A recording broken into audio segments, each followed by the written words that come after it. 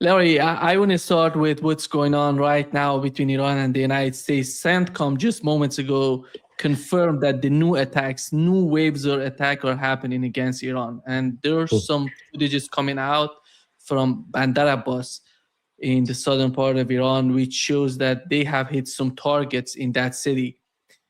And just to change the atmosphere of today's talk, one of the Iranians today was joking about, because they have the name Bandar Abbas. Abbas is the first name of the Iranian foreign minister, Abbas Araghchi.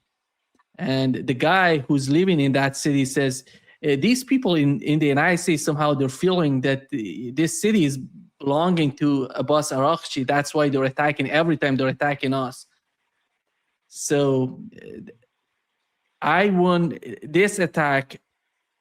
Larry, are you checking the attack on Bandar Abbas? No, I can't. I don't have.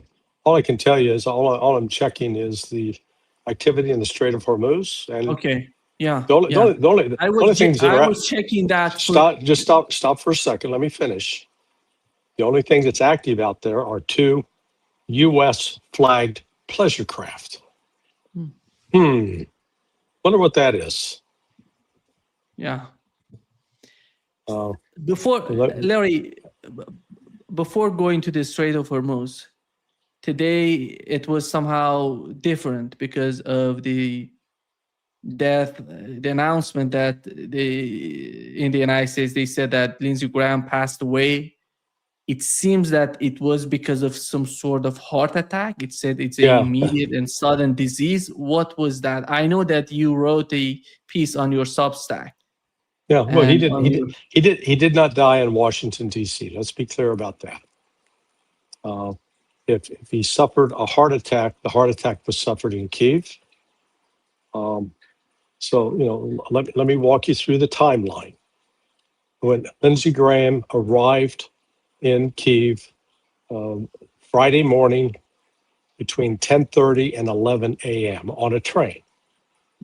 That's the normal way that members of Congress and Joe Biden, president, and other European leaders, that's how they travel. You remember that train trip with Macron and Keir Starmer? Yeah. Was it there was something going on there. Yeah, they were riding that train high on cocaine, to quote the Grateful Dead.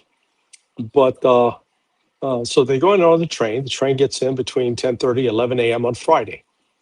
He then goes and has meetings with Zelensky, and he gets to tour a drone factory that was destroyed sometime late Friday afternoon, Friday evening by Russia. Now, we don't know if Lindsey Graham was in that factory or had left that factory. We don't know what happened that evening, but if he decided he needed to quickly return to the United States the normal way, because it's either return the normal way or go out on a medical evacuation flight. There are flights that medically evacuate personnel that have been wounded or killed in Ukraine. And, we've seen a number of them will fly to a military hospital in Poland. So the train that he would have taken would have left Saturday morning about 7:45 to 8 o'clock a.m. That is 1 a.m. Washington, D.C. time. So now let's just stick with Washington, D.C. time. That train ride takes between 9 and 10 hours.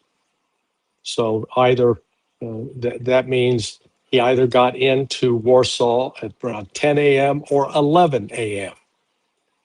Then he goes to the airport to catch the flight back to the United States, and it could have been a chartered U.S. aircraft. So let's say the earliest he could have boarded would have been 11 a.m., but more likely 12. Okay, the flight from Warsaw to the United States, regardless of whether you got military aircraft or whatever, is a 10-hour flight because you're flying against headwinds. Anyone that's ever done international travel knows that when you fly from west to east, much quicker. You got the tailwinds behind you. Flying from east to west, slower trip. Okay, what time is it in Washington, D.C. if you leave at 12 noon, and then 10 hours later you get in, that's 10 p.m., right? Yeah. Okay, so, but the reports that were put out is that the call to 911 came at 8:30 p.m. But Lindsey Graham wasn't even in the country then. Now, could he have been in the country if he had been flown back on a medical flight? Absolutely. But that doesn't mean he was alive when the flight landed. And maybe they hauled his body over to the house to make it appear. You know, that's how they could have had him, you know, a dead body at the house. And maybe he did suffer a heart attack in Kiev. You know, that's possible. So I'm not going to speculate on the cause of death. Could have been a heart attack. My only point is, if you're traveling normal, no way in hell would he have been back at his house by then, you know, having a heart attack after suffering an arduous journey. So either the dead body was brought back, planted at the house, or they just made that up and, you know, his body, wherever it wound up, you know, the D.C. morgue. Be curious to see how that's been handled. Anyway, it's just the story put out by the White House is not true. Yeah. By the way, yesterday he was visiting one of these drone factories in Ukraine, which was later on attacked by Russia and destroyed by Russia, by the way. Right. And he was getting back. Yesterday, he said he's going to get back and push for this new resolution of sanctioning Russia, more sanctions on Russia. That was the main agenda. He went there to give the support to Zelensky, and coming back, putting more sanctions on Russia. And well, I guess you can check that off of his to-do list. Yeah. Donald Trump was so sad today. He talked to CNN, to MSNBC, in all these interviews. He was so sad. He was telling that he didn't want to talk about the Strait of Hormuz. He was asked about the Strait. He said, before coming to this interview, I told you I'm not going to talk about the Strait of Hormuz because we are so sad right now because of the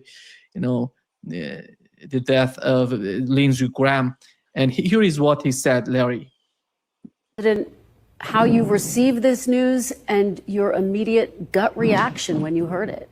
So what makes it even stranger is that I got a call last night sometime at, the early evening, maybe in the 7s, and he called and he said, we're all set for the Save America Act. He was pushing the Save America Act like crazy. He got back, said he just landed from Ukraine. I said, that's a long trip to make. And he said, he sounded a little tired, but perfect, but a little bit tired. Had a right to be. And he was a worker. He was really a worker. But he sounded great, actually. But he actually said he was tired.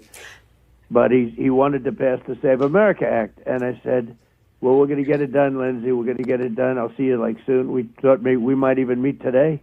Mm. And then that was it. And that was, very around the time. It couldn't have been much longer. It could have been his last call. I don't know exactly. But I got a message about 1 o'clock in the morning from one of the people at his office that he had passed away. I said, I just can't believe it. He was like a member of the family to me. It's very tough, actually. It's amazing. Mr. President, he was such an advocate. He was, if he wanted to get something, and he had a unique ability. He was able to deal with Democrats and Republicans. If I had a problem, a real problem, I wouldn't often ask. But if I had a problem with a Democrat, he could work it out. He was a great politician, actually. Yeah, you feel how sad Donald Trump is when he's talking about Lindsey Graham. And I have another reaction from Donald Trump after the assassination of Charlie Kirk. I want you to comment on that, the way he's reacting to the to Lindsey Graham, to the case of Lindsey Graham, comparing to the way he's reacting to Charlie Kirk. Here is what he said about Charlie Kirk. How are you holding up over the last 3.5 days? I think very good. And by the way, right there, you see all the trucks. They've just started construction of the new ballroom for the White House, which is something they've been trying to get, as you know, for about 150 years. And it's going to be a beauty. It'll be an absolutely magnificent structure. And I just see all the trucks. We just started, so it'll get done very nicely, and it'll be one of the best anywhere in the world, actually. Thank you so much. Yeah. Yeah, you can tell he's really broken up over the death of Charlie Kirk. Yeah, he's not telling the truth about what happened to Lindsey Graham. Because if Lindsey Graham was flying back, that flight, the earliest, the only way from Graham to get from Poland to Warsaw to fly back was on the train, and then because normally the U.S. military aircraft are not flying into Kyiv, and never, not when Joe Biden went, they didn't fly it. He took the train. When Ursula von der Leyen goes in, she takes the train. All the leaders of NATO, they take the train. Members of Congress, they take the train. But now we're asked to believe that there was some sort of special mission, and they flew in a U.S. aircraft, and it flew him back. Again, what time did the aircraft take off? And why the urgency to get Lindsey back? And then he gets back and suffers a heart attack at home, even though the normal travel route means he would still be on a plane, if that's what happened. So either he was killed in Kyiv, maybe he did get caught in a bombing, or maybe he had a heart attack, hearing the explosions go off. I don't think he's ever been in Kyiv before when there were explosions going off. And maybe that frightened him to death. Who knows? But it's just, the story just doesn't quite add up. If they would have said, "Oh, he had suffered a heart attack at midnight," yeah, okay, maybe he'd gotten off the plane, got home, and through an emboli, from doing that much traveling, sitting, and such over the time frame. But I said the story as it's being told just doesn't make sense. Yeah. Larry, the fight, before getting to the fight, I want to play a clip of Lindsey Graham, because we know how he supported the war in Ukraine. He was one of the main advocates of the support to Ukraine in this war. He said, "We're going to fight you." You remember he went to Ukraine before this war started, before all this madness started, together with McCain. And he said, "We're going to support you. You go along, and we're going to defeat Russia here in Ukraine. You're so brave. You're doing this and that." And the other side of his argument was the case of the West Asia and his support for Israel. And here is what he said in recent interview. On October the 7th was 1,200 people were slaughtered, raped, and murdered and filmed by radical Islamists who would kill every Jew if they could, to the world. If you don't understand this is a threat to Israel's survival. And then they flattened Gaza. Just flatten it. We flattened Berlin. We flattened Tokyo. Yeah, the reaction of Netanyahu. Israel has lost one of the great champions of the American-Israeli alliance. And frankly, I've lost a beloved friend. I was deeply shocked and heartbroken to learn of the sudden passing of a great American patriot, a true friend of Israel, and a dear friend of mine, U.S. Senator Lindsey Graham. Yeah.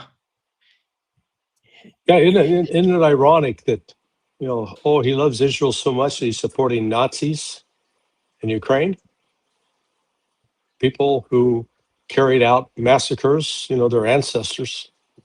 The ideological ancestors of the Bandarites, were responsible for the murdering of Jews as well as of Catholic Poles, women and children, elderly men.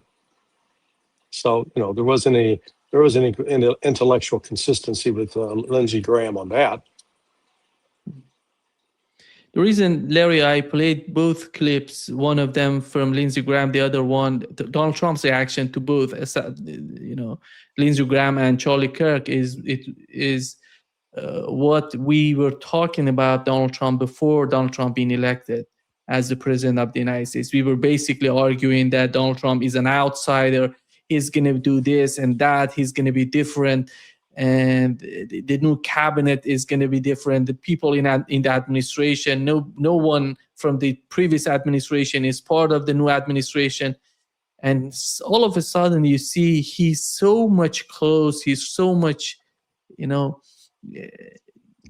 connected with Lindsey Graham more than those people who supported him during the election.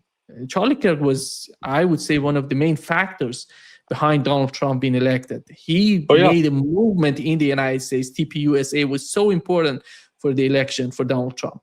But he just ignored about what was the importance of that. But he's so connected, feeling personally, to Lindsey Graham. Lindsey Graham is a very, in my opinion, important character because he was so close to Democrats and Republicans.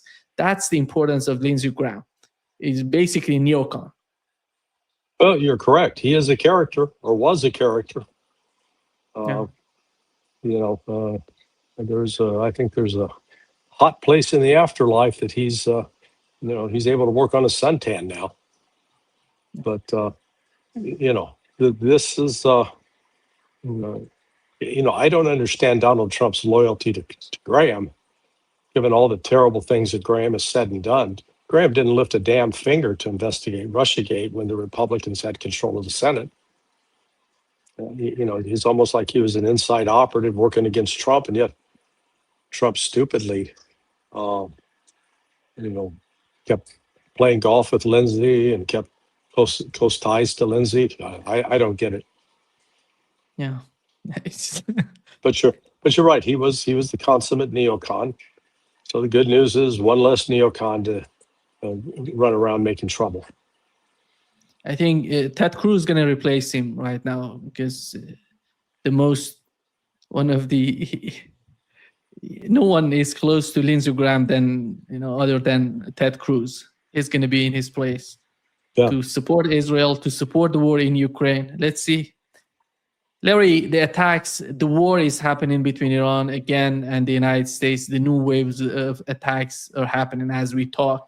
Yeah. And there are reports from the Iranians, from the southern part of Iran, as I mentioned, in the city of Bandar Abbas. There is a new footage coming out. And in a moment, I'm going to show a photo of that explosion in Bandar Abbas. But today, there was another attack close to the nuclear power plant in Bushehr, which was so close. They hit some targets so close to the nuclear power plant. Here is the footage. As you see here, let me just look at here. It gets so close to the nuclear power plant. Later on, we've learned that it wasn't the nuclear power plant didn't damage because of this attack, which was so close, and it's operational. Mm-hmm. So the other reports from Iran was the Iranian attack on Jordan in Prince Hassan Air Base in Jordan. There is this footage and 2 points here. You see the larger circle, it shows the command and control in the Prince Hassan Air Base, and the little one is a runway in that air base, which is important. Mm-hmm. You were asking why is Iran not attacking the runway? It shows, they did that in Jordan. And the other report that came out later on, it was the attack on the shelters, one of the shelters of these drones in the same airbase in Jordan. You see in this picture, it shows how it was destroyed. I don't know how many drones were located at the time that this missile hits the target. So the two sides are basically fighting and escalating the fight. They're hitting the targets. There were some reports that American forces were hit by Iranian missiles because they were using, in the initial hours last night of the attack, they were using HIMARS in Bahrain and Kuwait and hitting the targets in the Iranian southern part of Iran. Then you see the Iranian response. And here is one of the points that was attacked. And it's at the border between Kuwait and Iraq. And here is the location of this attack. You see Kuwait at the border with Iraq, and you see that city called Abadan. That is the city of Iran, one of the cities in the southwest of Iran. It's so close for Iranians to monitor what's going on on that border. So they hit that target. It says it was a UN base or somehow some place belonged to UN, which was attacked. Americans were using those HIMARS in that area. Right. Go ahead, your understanding of what is happening so far. Well, so now Iran has targeted two separate bases in Jordan, the Muwafiq al-Salti base and now the King Hassan base. So those are the two bases where U.S. forces have been located, and Iran's hitting them. They hit the naval repair or the naval facility in Oman. Now, again, Iran's had pretty good relations with Oman, but they're sending Oman a message. You're going to make a choice. You're going to stand with the Americans, you're going to stand with us. If you stand with the Americans, we're going to destroy your facilities that are helping the Americans. They've also hit Al Udeid Air Force Base. Then they've hit the targets in Kuwait and Bahrain. So, they also hit Al Udeid Air Force Base in Qatar. So, and my understanding is right now, even though the U.S. is continuing its bombing, Iran is not waiting. They're already launching missiles in retaliation. So we'll see if this is the last round of escalation. If we go on past patterns, we get this spike of violence Saturday or Sunday, and then somewhere between Sunday evening or into early Monday morning, like 7:30, Trump makes some sort of announcement about, one thing he could say tomorrow is, Iran is screaming for, the effectiveness of our airstrikes, have led Iran to come seek peace, and so we're going to be going back to the negotiating table. He would do that before the market opens. If he doesn't do that before the market opens, one, it's going to spike the price of oil, and it's going to tank the stock market. So in the past, Trump has clearly been involved with the manipulation of the stock market and the oil market. So if he doesn't make that announcement, in the next 12 to 13 hours, then I think we're going to continue to see this escalation grow. And the United States is expending HIMARS and ATACMS missiles that they don't have. I mean, they're depleting the inventories. So that's going to be a problem. Yeah. And here is the Strait of Hormuz right now. And I have seen no changes in the Strait since this morning. Is that marinetraffic.com? Marine traffic, marinetraffic.com. Okay. Do you see that? Do you see that big red ship that's right there in the middle, up towards Keshem Island? Here, this one. Yeah. What does that say? Jersey Devil, a U.S. flagged Jersey Devil, pleasure crew. So, and then see that smaller red dot down below? Yeah. Down below, down below, up. There, go back down, right there.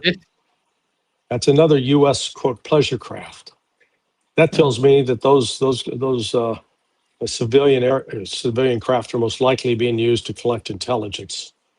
And I think at some point Iran's going to wake up, realize that, and take them out. Wow. There's no reason for that. That pleasure craft, Jersey Devil, it's just been selling in a circle down there for more than a week. I've been watching it. I'd be shocked if it's not being used for intel collection. Iranian Foreign Ministry went to the day before the attack happening last night. We know that he went to Oman. I don't know what was the communication between Iran. I thought that they're going to talk about the new, the Strait of Hormuz, the new mechanism in the Strait of Hormuz, not about attacking Oman, because it was somehow a surprise for me that Iran attacked Oman, and they didn't do it during the war. Right. And right now, Iranian Foreign Ministry moments ago said, we have unfortunately reached a stage where there are not just US bases inside neighboring countries, but in fact, some countries have been turned into a US base in their entirety.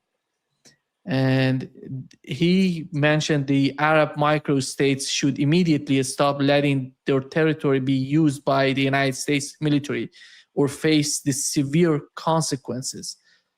And it seems that there is no limit right now for Iranians. Before it was all about Oman. Last night we haven't any sort of attack on the part of Iranians on Saudi Arabia. Mm-hmm. Does that mean that Saudi Arabia the United States didn't use Saudi Arabia in this attack? Well, apparently not. I think Iran's been pretty specific about not attacking Gulf countries that are not involved with supporting U.S. military operations. They are going after those military facilities that are involved in those countries that are supporting the attacks on Iran. So they've been pretty straightforward about that. Yeah. Here is the photo from Bandar Abbas just moments ago. You see that smoke, that plume of smoke there. It says that they hit some targets in Bandar Abbas. And the other, Larry, how these forces it seems that the United States is still keeping their forces in Kuwait and Bahrain, because these HIMARS and they have to use American forces to use those HIMARS, because these are sophisticated weapons. It's not easy for these countries to use them. I think so. I don't know that for a fact, so I'm not going to speculate on that. But they could have trained the locals. That's a possibility too. But those are targets that Iran will continue to go after. So anybody who's in the vicinity will be at risk. And what we saw, the first, 3 days ago when this started, the U.S. hit, Iran then waited before it responded. It's like it was gathering information, figure out what to target. We saw the same thing in the next 24-hour cycle. Now we're seeing they're not waiting; they are firing immediately. So this is escalated. And we're going to see how long the United States wants this. The reality is the United States cannot sustain this indefinitely. If they're using up HIMARS and ATACMS, those got limited supplies. I think the ATACMS they stopped the production runs on those because they want to move to a new platform. The HIMARS, I believe, they only had like 3,000 left at the start of the war. And remember, the HIMARS are not all dedicated exclusively to CENTCOM. There are HIMARS that are in European Command, HIMARS in Indo-PACOM. They get the priority. There may be a few with, say, AFRICOM or SOUTHCOM, but the majority will be allocated between EUCOM, CENTCOM, and Indo-PACOM. And the commanders in Indo-PACOM and EUCOM, they're not going to easily, if ordered to give up their stock, they will, but they'll do it under protest, because it then leaves them exposed that they wouldn't have those weapon systems available in the event of a future conflict like with Russia or with China. And this is the footage, Larry, of HIMARS being used right now. The footage came out just moments ago from Kuwait. They're using the HIMARS to attack some targets in Iran. Well, let's be precise. We're being told those are HIMARS. We don't know. It could be ATACMS, could be HIMARS, could be something else. But what we can say is that there are missiles being launched from Kuwait and Bahrain that Iran's going to respond and target those sites. There was a report by Kuwaiti sources. They said the Iran attack hit the ATACMS in Kuwait by 3 ballistic missiles, hitting right on the target. It was mentioned by Kuwaiti sources, not Iranians. And so that means they're no longer available. And when you blow them up, the U.S. in terms of launchers, for launching HIMARS or launching attack, I think they have plenty of launchers. The issue is the missiles, the actual missiles themselves, because building more of those require rare earth minerals that are in the supply chain from China, and China is not supplying those rare earth minerals. Therefore, the United States' ability to reproduce those missiles is very, very limited.